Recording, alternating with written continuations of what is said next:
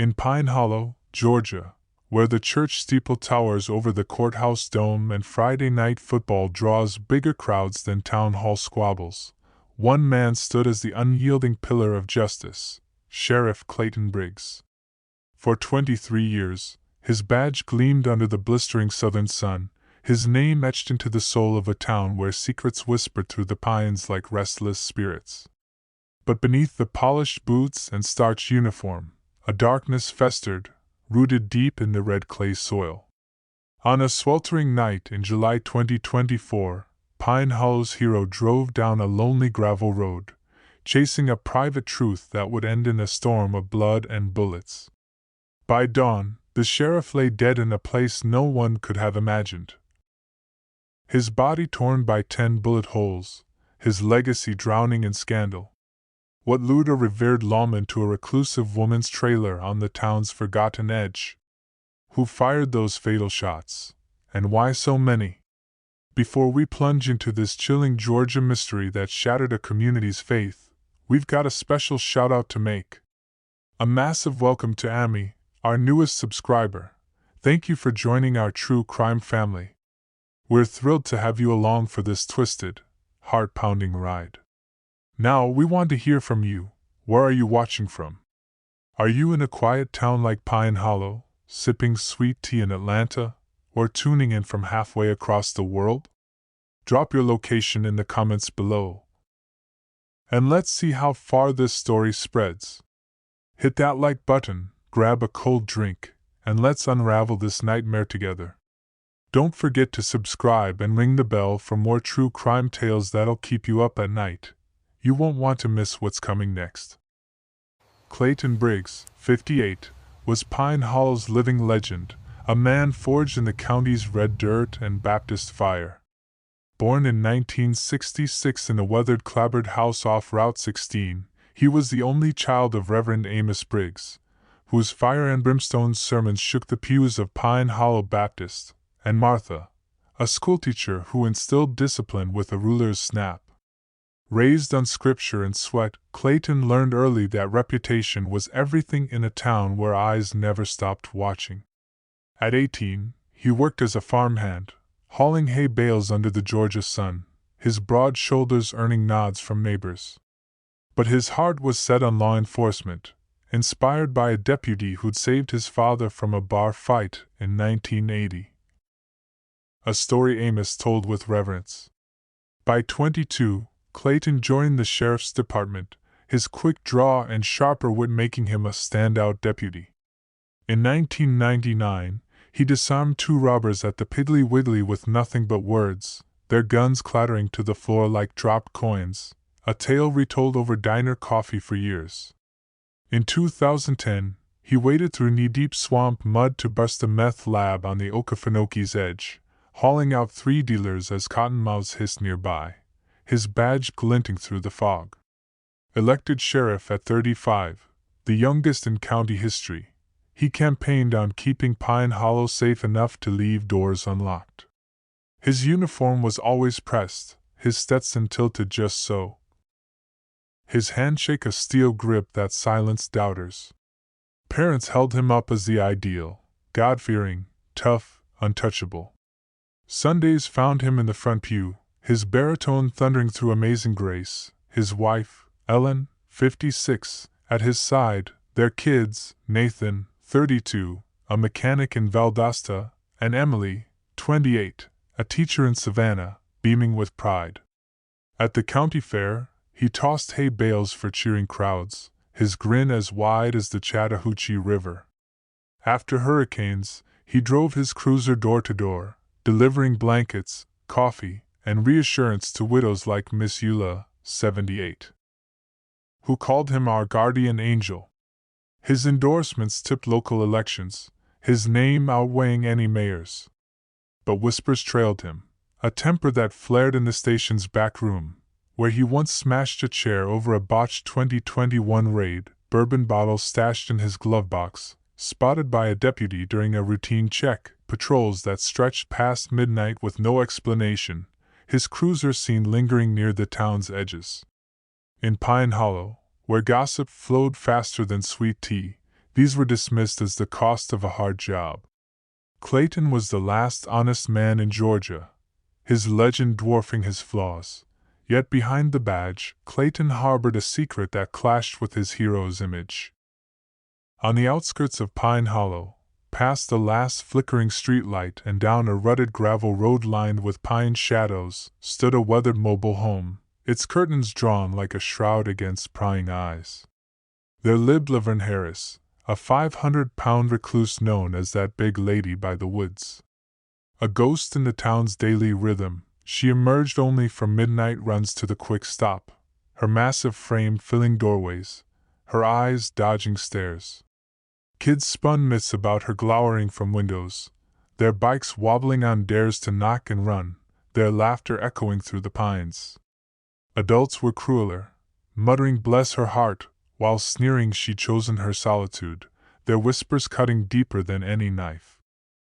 But neighbors, Jimmy Tate, 55, a retired mill worker, Clara Tate, 52, a school nurse, Tommy Reed, 38, a truck driver, spotted Clayton's county-issued SUV parked outside her trailer at odd hours, 11 p.m., 2 a.m., once at 3:15 a.m. with a brown paper bag, Jimmy swore, in his hand.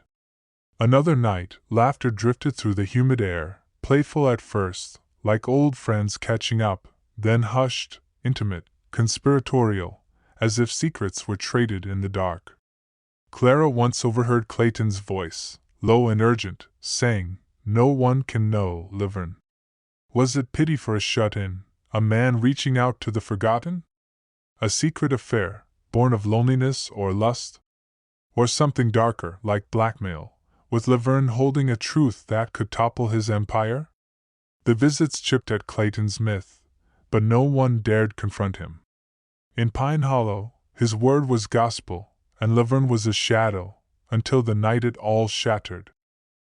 Laverne's life was a tapestry of pain, woven with loss and cruelty.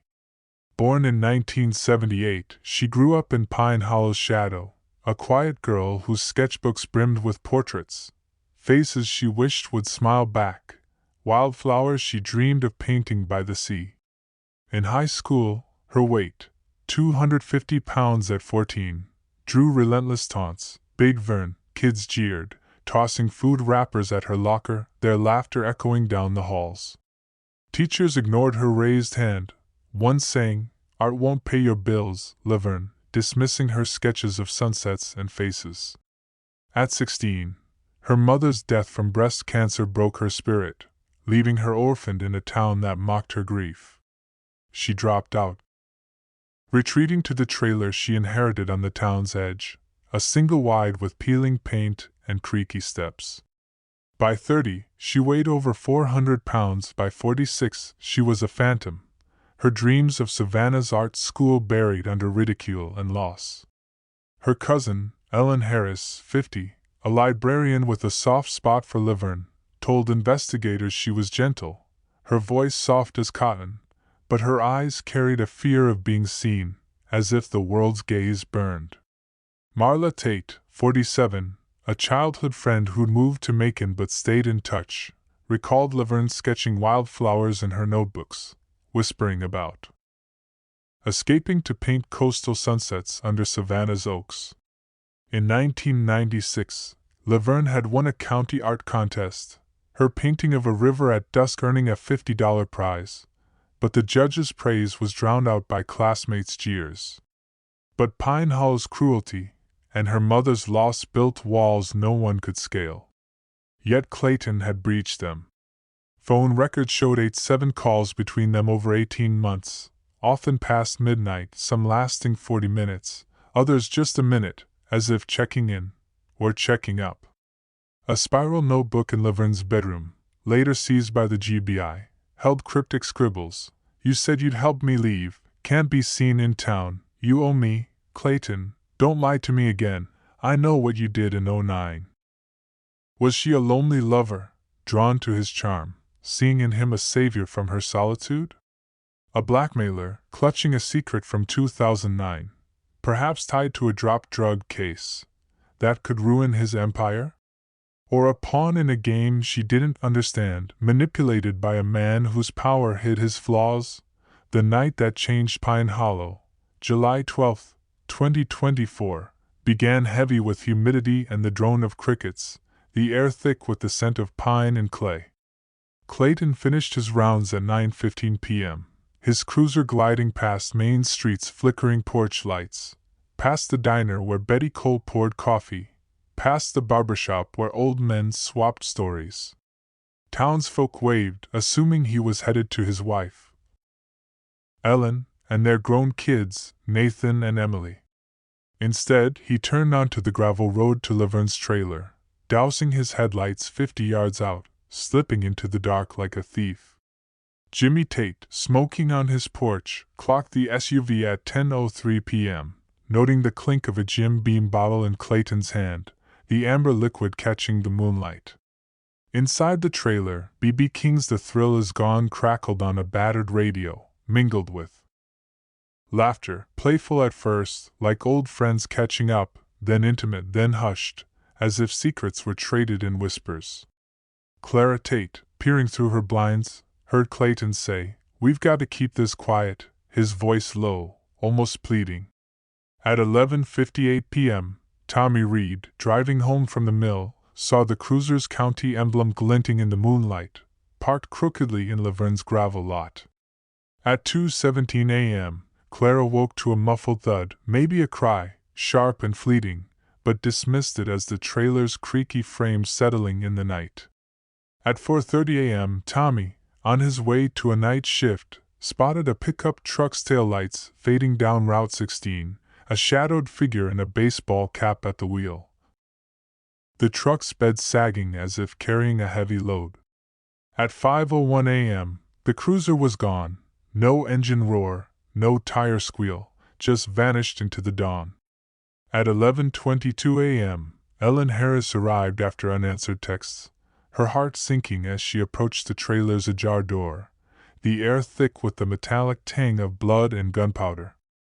In the back bedroom, Clayton lay sprawled on a sagging mattress, his uniform shredded, 10 bullet holes clustered across his chest and abdomen, blood pooling in jagged patterns, soaking the sheets and dripping to the floor. His service weapon sat untouched on the nightstand, badge glinting in his pocket, a cruel irony of his untarnished image. Laverne was gone, no clothes missing, no bags packed, no trace of her 500-pound frame. Ellen's 911 call was a sob-choked scream. The sheriff's dead. Blood everywhere, and Laverne's gone. Sirens shattered the morning calm as deputies, paramedics, and Georgia Bureau of Investigation, GBI, agents swarmed, yellow tape snapping in the breeze, sealing off the gravel lot. The GBI, led by Agent Sarah Coleman, 40, a seasoned investigator with a knack for unraveling small-town secrets, took charge, sidelining Pine Hollow's deputies to avoid bias. 10 shell casings from a Glock 19 littered the bedroom floor, suggesting a calculated execution at close range. No defensive wounds, no signs of a struggle, as if Clayton never saw it coming. The trailer was eerily tidy, an overturned glass in the living room, its contents staining the carpet, a scuff marked by the door, as if a boot had scraped in haste, a half-empty Jim Beam bottle under the bed, its cap missing, a blood streak on the wall, smudged like a hurried wipe, an indented carpet where a chair had shifted, a single strand of unfamiliar gray hair on the mattress. Laverne's belongings, grocery lists, sketches of faces and flowers, untouched social security checks, sat undisturbed, as if she'd vanished mid-breath. Her bank account showed no withdrawals, her phone left behind, its screen cracked but holding 12 unanswered texts from Ellen. A 500-pound woman didn't disappear without a trace, yet no footprints led away, no neighbors saw her leave. Jimmy Tate mentioned the pickup truck at 4:30 a.m., but its tracks were faint in the dry clay, too vague for a mold. Coleman, pacing the trailer's cramped hall, muttered she had help, or she's dead. Forensic techs cataloged the scene. Blood-soaked sheets, untouched holster, faint tire marks outside, the gray hair sent for DNA, later found to match no one in the system. Deputy Roy Miller, 42, who'd idolized Clayton for 15 years, vomited in the grass, his faith in his mentor shattered. Neighbors gawked from behind pines, whispering, "Why there? Why her?" By noon, local reporters descended, their vans clogging the gravel road, cameras rolling as Clayton's body was wheeled out under a sheet, Pine Hollow's rock reduced to a breaking news ticker. The investigation tore Clayton's legend apart like old wallpaper. GBI agents dug into his records, finding $12,000 in unaccounted expense reports, patrol hours no deputy could verify, and missing evidence tags from 2019 cocaine seizures, including a 20-pound haul that vanished from the station's lockup. Dealers like Bobby Lee, a meth runner, walked free after arrests, charges dropped without explanation, court filings marked clerical error.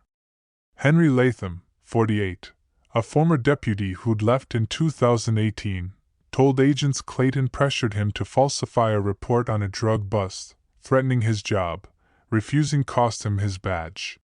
Phone records revealed 43 calls to Ray Cutler, 54, a Rusty Nail bar owner under scrutiny for money laundering, and 29 to Eddie Voss, 49, a suspected gun runner in Macon. A 17-minute call to Cutler at 1:03 a.m. on July 12, hours before the murder, raised alarms, the line crackling with tension, though no recording existed. Was Laverne's trailer a cover for dirty deals? A place to trade cash or favors away from prying eyes? A rendezvous for criminal talks, with Laverne as an unwitting witness? Or a personal escape gone wrong, where Clayton's heart or hubris led him to his doom? The GBI raided Cutler's bar, finding ledgers hinting at payoffs to a lawman. $5,000 here, $3,000 there, but no direct link to Clayton. Voss's warehouse in Macon yielded empty crates, no guns, though a neighbor swore he'd seen crates loaded onto a truck days before. The Glock 19 casings were common, the gun unrecovered, its serial number likely filed off. A new lead emerged. Deputy Carl Hayes, 35, a rookie under Clayton's wing, had been seen arguing with him days before. Overheard in the station parking lot saying, "You're dragging us all down, Sheriff." Grilled by Coleman, Carl admitted Clayton asked him to lose a 2023 drug report tied to Cutler's cousin, a dealer. Carl complied but grew resentful, saying, "I told him he'd burn us all." A search of Carl's locker found a burner phone with text to an unknown number. "He's at the trailer tonight," sent at 9:45 p.m. on July 12. Coleman's team traced the number to a prepaid device, unrecoverable, bought at a Macon gas station. Carl swore he only tipped off Cutler about Clayton's location, not knowing it would lead to murder. "I wanted him caught, not killed," he insisted, sweat beading on his forehead. Was Carl a betrayed protege, leaking Clayton's whereabouts to expose corruption? Or a conspirator, setting the stage for a hit? His story wavered under pressure, but no hard evidence tied him to the trigger. A darker subplot emerged, whispering of a town conspiracy. Betty Cole, 62, diner owner and Pine Hollow's unofficial historian, told the GBI about a quiet council, local business owners, including Ray Cutler, who met in secret at the Rusty Nail's back room. They'd funded Clayton's campaigns since 2001, expecting favors, dropped charges for DUI, ignored health code violations, overlooked tax discrepancies. Betty, wiping down her counter, whispered they owned him, or thought they did. Joe Harlan, 39, a mechanic with a grudge against Clayton for a 2019 speeding ticket, claimed Cutler bragged at a poker game about owning the sheriff, saying, "Clayton's in our pocket, he'll do what we say."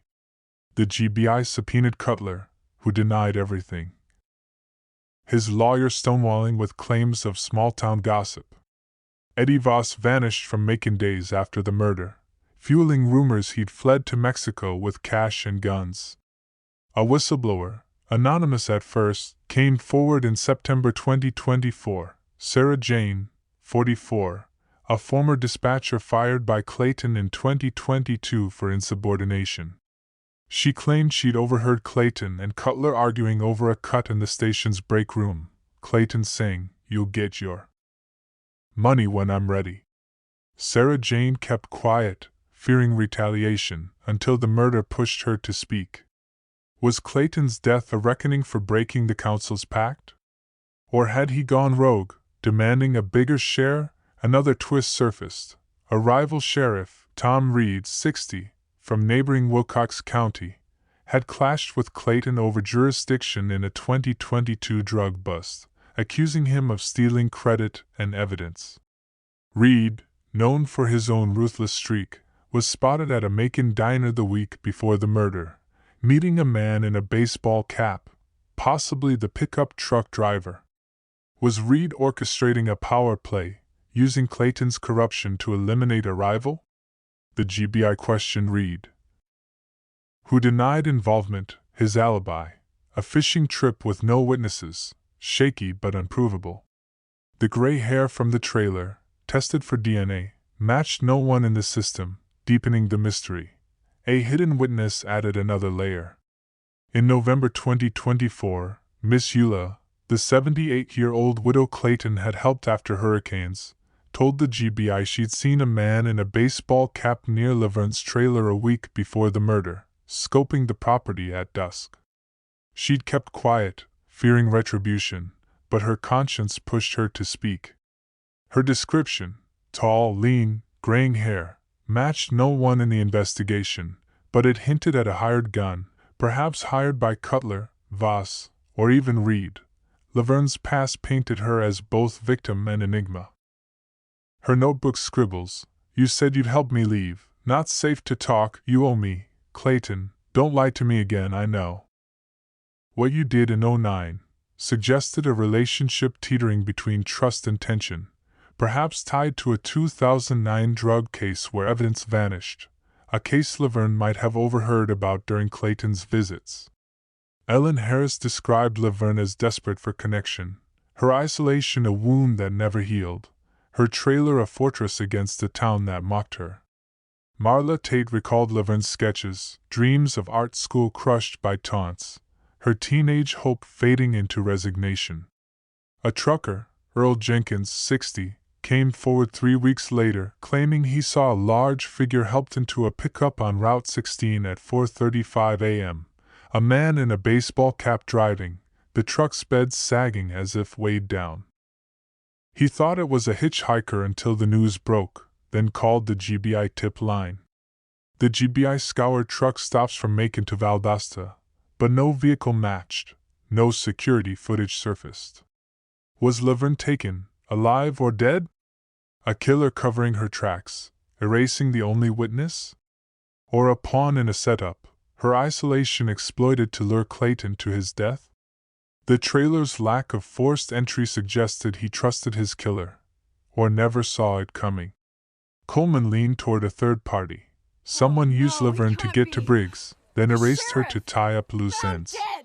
The media turned Pine Hollow into a national spectacle.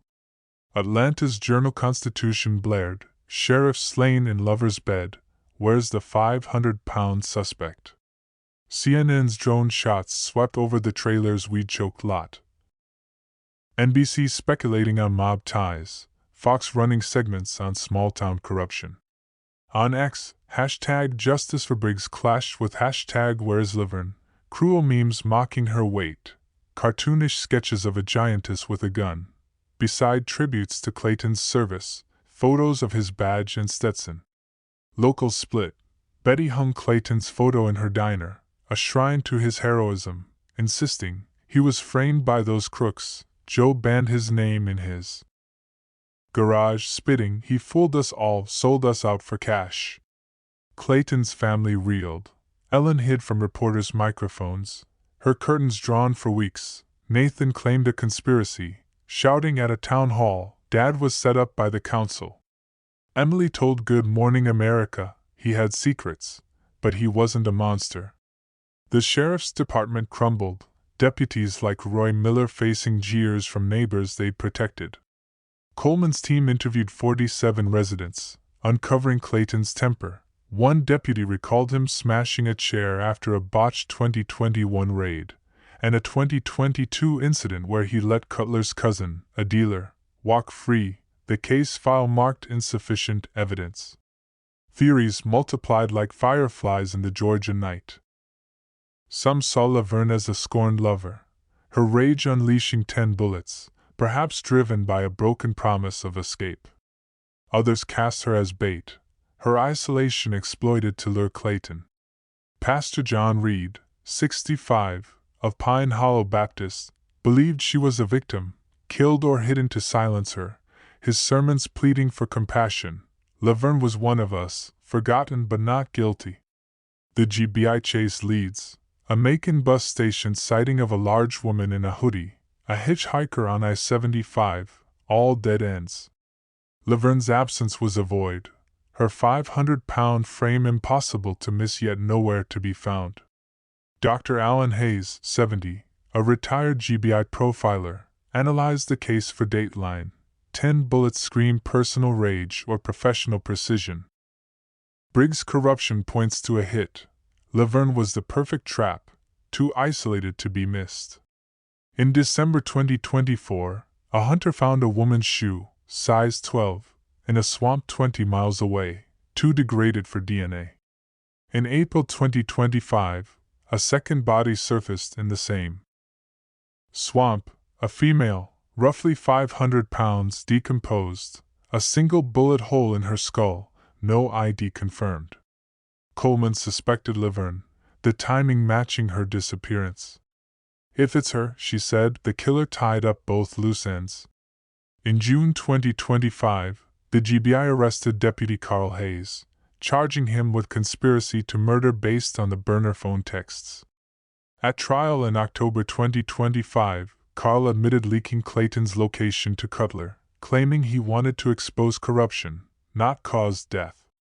"I thought they'd catch him with cash, not kill him," he testified, his voice cracking. Prosecutors argued he knowingly set up the hit, the texts proving intent. The jury convicted him as an accessory to murder, sentencing him to 15 years, though the actual shooter, a hired gun, possibly linked to Voss or the Quiet Council, remained at large. Pine Hollow branded Carl a traitor, his family shunned, his name spat in the diner. The gray hair and unrecovered Glock kept the case open, a lingering shadow over the town. Clayton's funeral on July 20, 2024, was a spectacle of fractured grief. Bagpipes wailed as 200 officers from across Georgia lined the cemetery, the governor's wreath towering over wilting carnations from Miss Eula and others. Half the town wept, clutching Hero of Pine Hollow signs, their tears for the man who'd saved their homes from floods. Others stood in the back, whispering of corruption, their eyes hard with betrayal. Ellen fainted during the eulogy, Nathan's fist clenched through the flag folding, Emily's sobs echoing as she clutched her father's badge. On X, posts raged, #Justice for Briggs, framed by crooks, versus he sold out Pine Hollow. The trailer became a local haunt, its broken windows and rotting steps birthing tales of Clayton's ghost, badge glinting, blood seeping from 10 wounds, or Laverne's shadow, sketching. In the dark, kids dared each other to approach, adults crossed the road to avoid it, some swearing they heard cries at midnight. The aftermath reshaped Pine Hollow and Georgia's legal landscape. Laverne's disappearance and Clayton's clandestine visits exposed gaping holes in protections for vulnerable residents, particularly those isolated like Laverne. On March 15, 2025, Georgia passed the Protection Against Stalking and Harassment Act, spurred by advocacy led by Ellen Harris and Clara Tate, who turned their grief into action. The law expanded the definition of stalking to include digital harassment, anonymous texts, burner accounts, social media trolling, like tactics seen in the Dubai case we discussed. where predators hid behind screens. Victims now needed only reasonable fear to secure protective orders, down from requiring physical evidence, a change that could have empowered Laverne to seek help against unseen threats. Penalties stiffened. Aggravated stalking, involving surveillance or threats, carried up to 7 years, repeat offenses up to 12. Sheriff's departments faced mandatory training on recognizing stalking patterns in rural areas, where isolation amplifies vulnerability, a direct response to Pine Hollow's oversight. New protocols included anonymous tip lines, monthly safety checks for shut-ins, and community workshops, inspired by the Laverne Harris Fund, founded by Ellen to provide counseling, panic buttons, and relocation aid for isolated women. The fund's vigils, lit by 500 candles in Pine Hollow's town square, drew thousands, their glow visible from the highway, a symbol of remembrance and reform. Clara Tate's #ProtectTheUnseen campaign on X rallied 10,000 followers, her posts, raw, heartfelt pleas for justice, sparking 50,000 under #JusticeForLaverne, echoing the Dubai case's #JusticeForLayla. Case studies showed the law's impact. In June 2025, a Macon woman secured a protective order against anonymous texts threatening her kids, citing reasonable fear. In Savannah, a recluse reported a stalker via the tip line, leading to an arrest within hours. In Atlanta, a 2025 case saw a woman use the law to stop a neighbor's drone surveillance, a tactic echoing modern stalking trends. Nationally, the law inspired similar reforms in Alabama, Tennessee, and South Carolina, with Georgia's model cited at a 2025 Senate hearing on rural safety. Internationally, the law drew attention from advocacy groups in Canada and the UK, who praised its focus on digital harassment, with the 2025 Toronto Conference discussing its framework. Advocates hailed Laverne as a symbol of the overlooked, her story a catalyst for change. Critics, like Wilcox County Sheriff Tom Reed, warned of overreach, saying, "Reasonable fears too vague, could lock up innocent folks." Dr. Alan Hayes countered, "Isolation breeds vulnerability. These laws are late but vital. Laverne might still be here if they'd existed." The law's passage sparked debates on X, with #ProtectTheUnseen trending alongside #RuralJustice, posts ranging from praise for victim protections to fears of legal abuse.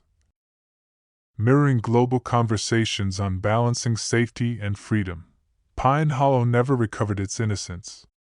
Carla Evans, 45, the new sheriff, vowed transparency, but trust was scarce, her deputies dodging glares at the quick stop. Clayton's diner seat stayed empty, a relic no one claimed, Betty's coffee pot hovering over it like a mourner. The trailer decayed, weeds choking the gravel road, its broken windows and rotting steps a monument to tragedy. Kids whispered of ghosts, Clayton's badge glinting, Laverne's sketches floating in the dark, cries echoing at midnight. Podcasters swarmed, their drones buzzing over the crime scene, episodes blending fact and fiction, some claiming Laverne was alive in Mexico, others that she'd masterminded a hit. Dateline's 2025 special, The Sheriff's Secret, reenacted the murder with eerie music, drone shots of the swamp, and interviews with Ellen and Emily. The GBI's final report, released July 2025, was a 237-page riddle.